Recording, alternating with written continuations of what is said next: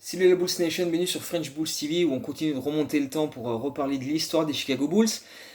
Donc on vient de voir dans la vidéo précédente que la saison 2012-13, sur le parquet, il n'y avait pas grand-chose à reprocher aux joueurs. Il y avait quand même, ils ont fait tout ce qu'ils pouvaient. Mais autant hors parquet, il y a eu énormément de tensions et d'incompréhension. Et ça va se poursuivre pendant l'été parce que tout simplement l'épisode d'Eric Rose a été très mal digéré par les fans et surtout très mal géré par la franchise dont la communication est absolument exécrable. Personne ne parle, il n'y a pas de, il y a jamais vraiment quelqu'un qui vient mettre les choses au point pour dire voilà, la situation est telle quelle, on fait comme si, c'est pas ça. Rien, tu vois, il y a Derrick Rose de son côté qui décide que c'est pas le bon moment pour revenir, mais voilà, il parle à peine dans la presse. De l'autre côté, les dirigeants, bon, ils disent ouais, bon, ils disent pas grand-chose, quoi, ils laissent faire un petit peu. Mais enfin, la situation n'est pas claire et tu sens que les tensions continuent à grimper de part et d'autre. Même chose avec Liu Holdeng, à qui il reste 1 an de contrat et qui rentre en négociation avec son agent pour voir ce qu'ils veulent faire pour la suite.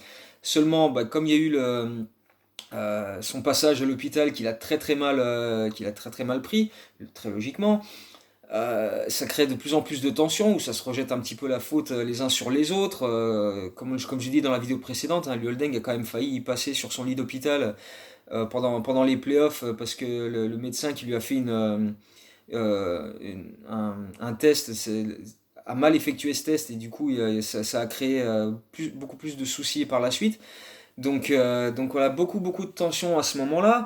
Dans le même temps, euh, il y a aussi des tensions avec Tibbs, parce que Tibbs, il est absolument fou furieux que les Bulls aient viré un de ses assistants préférés, Ron Adams, un des assistants les plus cotés dans la NBA, tout simplement parce que Gar Forman n'avait pas apprécié un commentaire de Ron Adams sur le contrat d'un joueur, donc il l'a viré. Et donc là, ça a fini de créer, déjà qu'avant, c'était pas l'amour fou, mais alors là, c'était le point de non-retour en termes de relation entre le front office d'un côté et Tibbs et les joueurs de l'autre. Là, ça a vraiment créé une séparation claire, nette et précise, une vraie fracture qui va être très très très difficile à combler. Donc cet été-là, ça a vraiment été très très compliqué et les fans évidemment ne sont pas dupes et commencent de plus en plus à conspuer le front office et la franchise qui en plus tout au long de l'été va réaliser des moves absolument lunaires puisqu'on va drafter Tony Snell et Eric Murphy. Ouais, ça faisait rire à l'époque, mais beaucoup moins ensuite, hein. Euh, et ensuite, on avait la possibilité de garder Nate Robinson, mais comme il fallait absolument faire des économies, parce qu'il faut absolument pas dépasser le salary cap à Chicago, hein, c'est ça l'objectif, on l'a déjà dit 1000 fois, on va le redire 1000 fois s'il le faut. Mais voilà, Reinsdorf disait qu'il fallait absolument pas dépasser le salary cap, donc il fallait faire avec ce qu'il y avait. Et comme il y avait très peu de marge pour les Bulls cet été-là pour proposer des contrats à ceux qui étaient en fin de contrat et qui voulaient faire revenir, comme Nate Robinson ou Bellinelli, et bien du coup ces joueurs-là ont signé ailleurs et en plus voilà Nate Robinson il signe à Denver pour 2 ans et 4 millions quoi. Il a quand même pas signé pour un contrat exceptionnel. Je pense que les Bulls auraient pu proposer ça, mais enfin bref. Voilà, un autre move qui n'a absolument pas plu à la fanbase de Chicago, vu que voilà, Nate Robinson était très très apprécié, notamment avec ses énormes cartons en playoff et sur sa fin de saison régulière. Donc lui s'en va, Bellinelli s'en va. Ces deux-là ont quand même inscrit à eux deux pratiquement la moitié des paniers à 3 points de l'équipe la saison précédente. Rip Hamilton en fin de contrat, il est si libre aussi et il prend sa retraite. Bref, pour les remplacer, les Bulls signent Mike Dunleavy, bon shooter à 3 points, défenseur solide et coriace. Mais voilà, ça fait quand même beaucoup de moves pas franchement folichons de la part des Bulls. Et les dirigeants espèrent calmer un petit peu les tensions avec le retour de Derrick Rose qui va bel et bien revenir au début de la saison régulière pour une défaite à Miami pour la soirée d'ouverture. Mais dès le deuxième match, donc les Bulls sont cette fois-ci à domicile, donc leur premier match au United Center face aux Knicks. Et un match serré où dans les toutes dernières secondes, Derrick Rose met les Bulls devant en partant en drive sur le côté et en mettant un flotteur d'une hauteur folle qui rentre dans le cercle.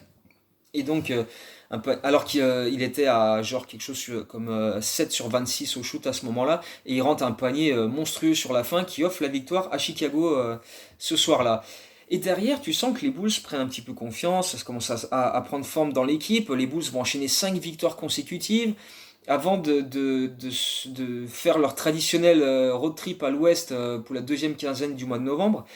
Ça débute par une défaite à Denver, et une autre à Portland le 22 novembre, qui va être également marquée par la nouvelle blessure au genou de Derrick Rose. Donc il aura joué seulement 10 matchs et sur un appui anodin, il se blesse tout seul en posant, voilà, en posant le pied au sol. Pareil, il sent quelque chose dans son genou et cette fois-ci c'est l'autre genou, le genou droit, qui, qui, qui lâche et donc cette fois-ci c'est le ménisque. Sur le genou gauche c'était rupture des ligaments croisés et sur le genou droit c'est le ménisque. Ben, après ce match, nouvelle opération, et cette fois-ci, c'est annoncé clair et net, direct, il ne reviendra pas de la saison. Lui et les dirigeants se mettent d'accord pour dire voilà, même si on fait un parcours en playoff, etc., il va pas revenir à ce moment-là. On le revoit pas avant l'an prochain. Point barre, c'est réglé, c'est net. Cette fois-ci, au moins, comme ça, il n'y a pas de, y a pas, on s'évite des polémiques tout au long de la saison sur est-ce qu'il va revenir, est-ce qu'il est prêt, etc. Comme ça, au moins, c'est fait.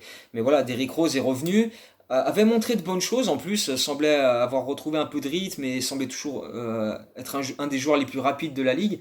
Mais voilà, au bout de 10 matchs seulement, son autre genou a lâché et ben, ça va mettre les Bulls, là, ça va totalement ruiner leur momentum, quoi. Parce que voilà, ils étaient sur quelques victoires. Ils se disent, bon, Derrick Rose revient. S'il fait une bonne saison, on peut viser quelque chose en playoff et tout. On a quand même encore une équipe solide avec il y a Noah, il y a Deng, il y a Boozer, il y a Gibson, etc. Bref.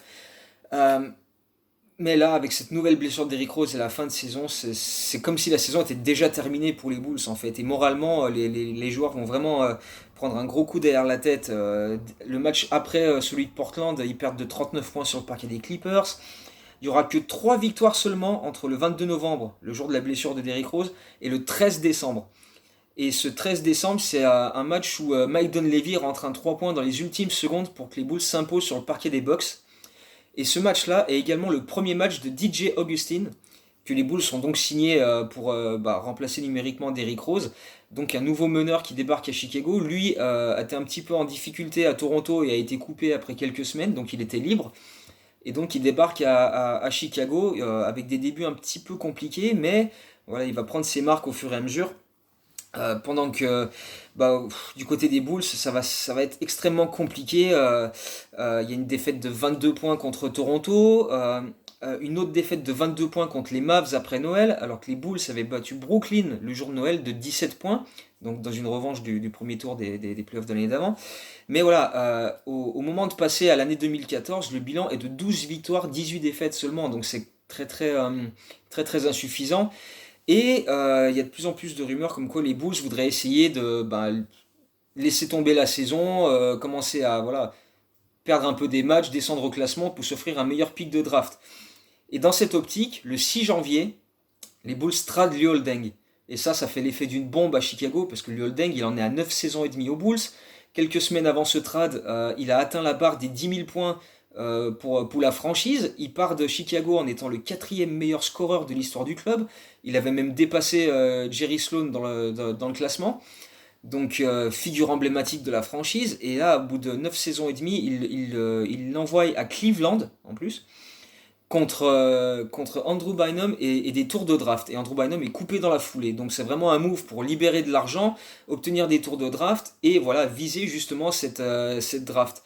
Euh, et et il y a enfin, le reste des Bulls, Tibbs, Gibson, Noah notamment, qui vont très très mal le prendre parce que pour eux il est hors de question de laisser filer la saison.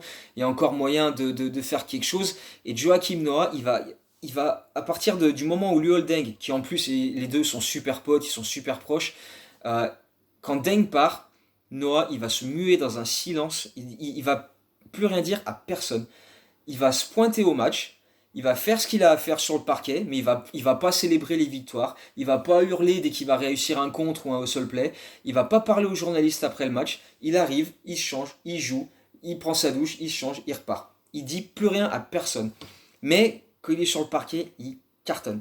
Il défonce absolument tout le monde. Il sort des matchs de fou furieux. Contre Phoenix, il met 14 points, 16 rebonds, 6 contre. Contre Charlotte, il met 19 points, 14 rebonds. Il met 26 points, 19 rebonds, 6 passes contre Orlando.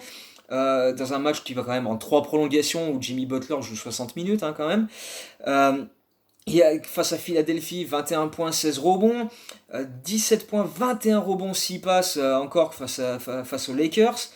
Et ensuite, ce sont des matchs que les Bulls gagnent et qui permettent en plus de passer à un bilan positif après une victoire face au Cleveland de Luol Deng. À ce moment-là, après cette victoire, les Bulls sont à 21-20. Donc Joachim Noah, c'était un peu comme s'il disait aux dirigeants, allez vous faire foutre avec votre tanking, moi il en est hors de question que je participe à ça, et je vais tout faire pour gagner un max de matchs et vous faire chier le plus possible. Là, comme on l'a dit au tout début, là, l'été, ça avait marqué une fracture. Et là, de plus en plus, plus la saison avance, et plus tu sens que c'est vraiment les joueurs et Tibbs contre la franchise, quoi. C'était vraiment de plus en plus marqué, quoi. Et, mais mine de rien, avec tous ces matchs-là, avec Noah qui signe encore un gros triple-double contre Atlanta, avec 19 points, 16 rebonds, 11 passes, 3 contre, face à Atlanta, il est de nouveau sélectionné au All-Star Game. Et lui va dire euh, ce qui justifie ma sélection au All-Star Game, c'est DJ Augustin. Parce que DJ Augustin, depuis qu'il est arrivé, les premiers matchs c'était un petit peu compliqué, mais il a assez rapidement quand même monté en puissance. Parce que lui et Noah sur pick and roll, c'est injouable. Les deux, en plus, avec les qualités de passeur de Noah, c'est pour ça qu'il fait des matchs à 5 6 7 8 assists, il fait des triples-doubles. Euh, les deux s'entendent super bien dans le jeu, ils savent les déplacements de l'un de l'autre, ils arrivent parfaitement à exécuter les pick and roll, à être dangereux l'un pour l'autre pour se créer des bons tirs, des shoots ouverts. Et DJ Augustin cartonne et semble revivre lui qui avait eu qui avait été coupé par Toronto après quelques matchs en début de saison, qui avait eu du mal la saison d'avant à Indiana alors qu'il avait fait des saisons assez correctes à Charlotte. Et lui là, il avait un peu perdu confiance et là il a vraiment retrouvé beaucoup de confiance en lui et le momentum est vraiment de son côté et il va même prendre sa revanche juste après le All-Star Game. Il y a un match à Toronto, le match de la reprise où il va inscrire 10 des 13 derniers points de l'équipe pour mener les siens à la victoire sur le parquet de Toronto, après qu'un fan au bord du parquet se soit foutu de sa gueule en disant ah, t'étais là, tu foutais rien, et là il s'est retourné vers lui, il fait bah regarde bien. Et du coup il a défoncé, enfin il a permis aux Bulls de s'imposer face à Toronto sur ce match-là. Et les Bulls vont démarrer, vont reprendre après la coupure All-Star avec 6 victoires, 2 défaites, dont 2 matchs où Noah va signer des triples-doubles, encore une fois, avec 13 points, 12 rebonds et 14 passes quand même. 14 passes décisives pour un pivot, ce qui est quand même pas anodin, face aux Knicks. Et un autre match à 10 points, 11 rebonds, 11 passes face aux Pistons. Et à ce moment-là, les Bulls sont à 34 victoires, 27 défaites. Et les dirigeants à ce moment-là font des interviews en disant oui, euh, c'était pas, c'est pas vrai les rumeurs qui disaient qu'on visait le tanking, la draft, etc. On sait qu'on a un bon groupe et qu'on veut leur donner un max de chances de faire un bon parcours en playoff cette année encore. Donc voilà, ils essayaient un petit peu de. Mais bon, personne n'est dupe à Chicago. Donc voilà, ils essaient de rattraper le coup, mais ils passent encore plus pour des cons. Donc voilà.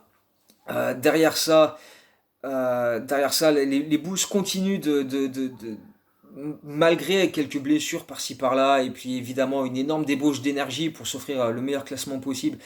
Ils continuent de gratter des victoires à droite à gauche avec un Joachim Noah qui est absolument monstrueux soir après soir, qui continue d'enchaîner des matchs mais de folie absolue. Un Jimmy Butler qui, déjà la saison précédente, était bien monté en puissance, mais là, en plus, maintenant que Luol Deng n'est plus là, est devenu le titulaire, joue énormément et devient un joueur extrêmement solide, de par sa défense dans un premier temps, mais aussi avec un jeu offensif beaucoup plus complet que ce qu'il montrait à ses débuts, où c'était surtout des lay-ups en contre-attaque et quelques dunks. Là, il a un jeu déjà sans ballon qui est très bon, parce qu'il arrive à cutter au cercle. Euh, et même avec ballon, voilà, il arrive à se créer son propre tir et surtout il est très efficace pour aller provoquer des lancers francs et il en rentre beaucoup comme ça. C'est un joueur qui marche aussi à la confiance. Donc il est vraiment en train de prendre une grosse importance dans l'équipe à ce moment-là, Jimmy Butler. Et d'ailleurs, Joachim Noah va terminer la saison en étant élu défenseur de l'année. Et Jimmy Butler sera là dans le deuxième meilleur 5 défensif de la ligue. Donc voilà, les deux auront fait le taf à ce niveau-là. Et Noah va même terminer quatrième au vote pour le MVP, ce qui est quand même assez exceptionnel quand on y repense. Mais sa saison était tellement fabuleuse.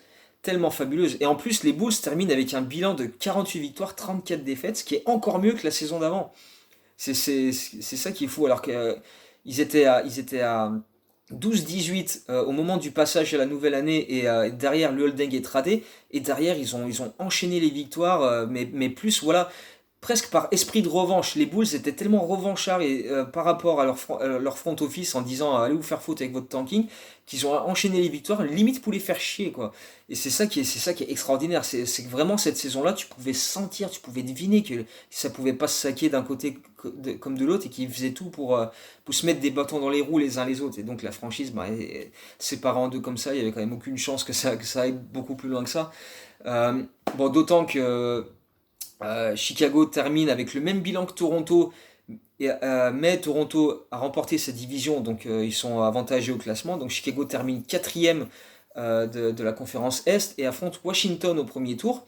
Washington qui est une équipe qui monte en puissance, assez jeune, avec John Wall, avec Bradley Beal, avec Nene, avec Gortat, enfin avec quand même un sacré arsenal. Et le truc, c'est qu'on va se rendre compte tout de suite, mais dès l'entre-deux du premier match, que niveau puissance, etc., Washington va être au-dessus.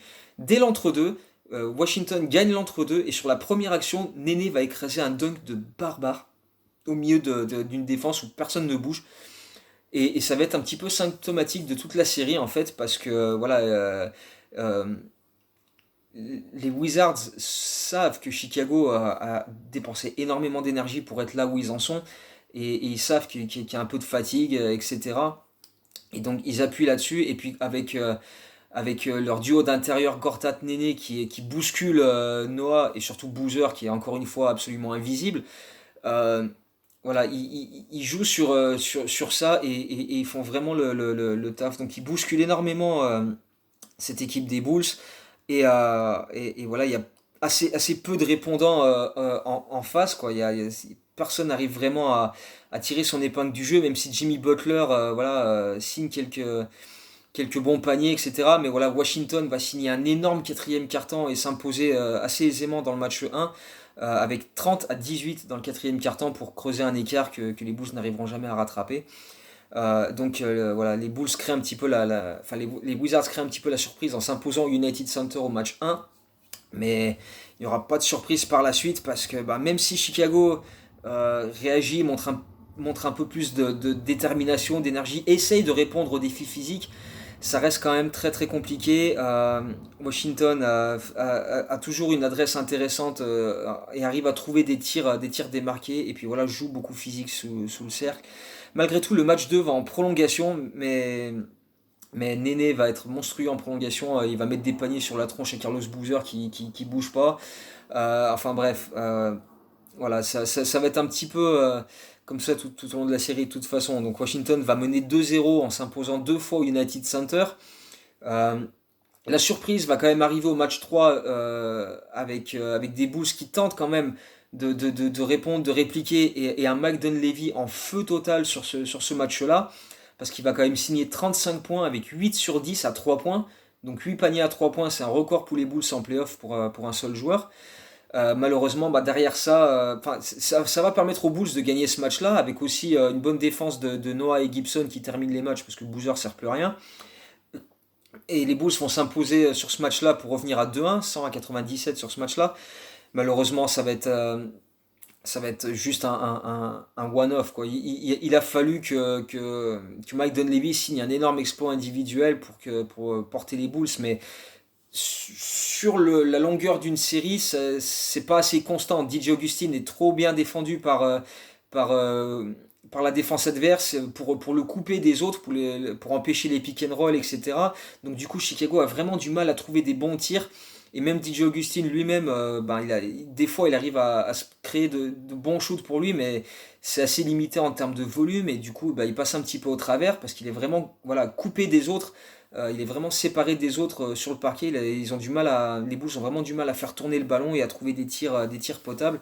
Et du coup, tout au long de la série, ça va être compliqué comme ça. Le match 4 à Washington, pas vraiment de surprise, parce que même si Taj Gibson va faire un match mais de folie furieuse avec 32 points à 13 sur 16 au shoot, donc il est quand même extrêmement adroit et extrêmement puissant sur ce match-là.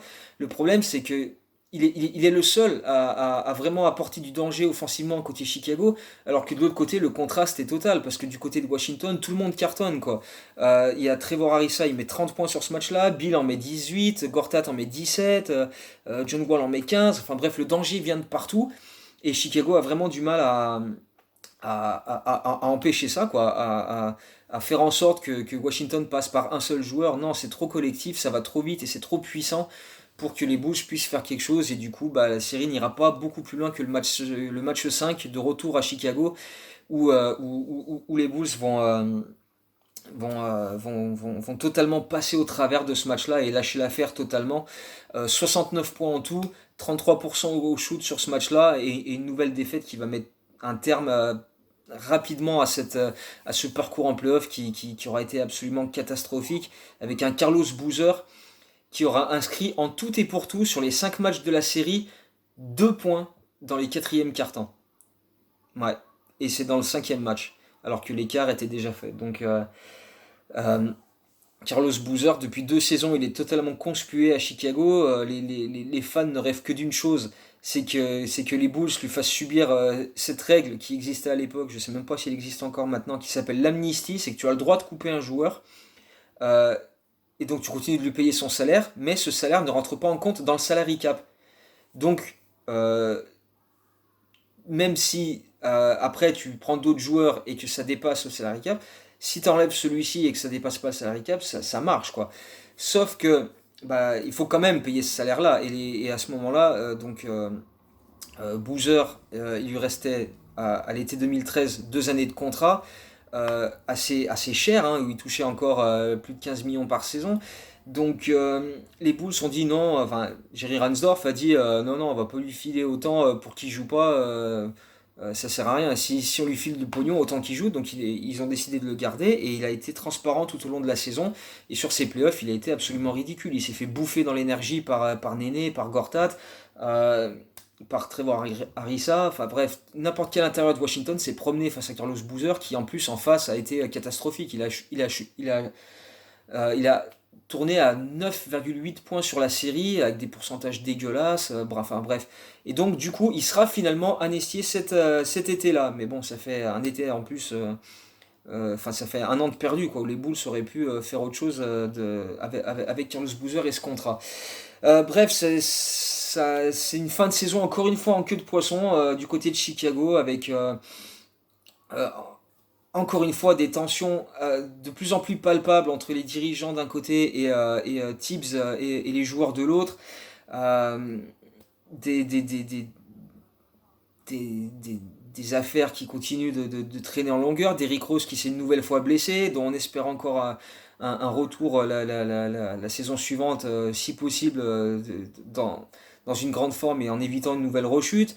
Enfin bref, ça continue d'être extrêmement compliqué à ce moment-là du côté de Chicago. Donc bon, on y reviendra dans les prochaines vidéos. Donc j'espère déjà que ces deux-là, les 2 saisons sans Derrick Rose, auront été assez catastrophiques. Mais j'espère avoir un petit peu résumé tout ça du mieux possible. Donc voilà, continuez de...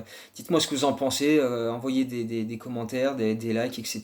Et puis bon, on se retrouve très bientôt pour de prochaines vidéos où là encore ça risque d'être assez tendu. On aura le temps de revenir sur tout ça. Allez, à bientôt et go Bulls.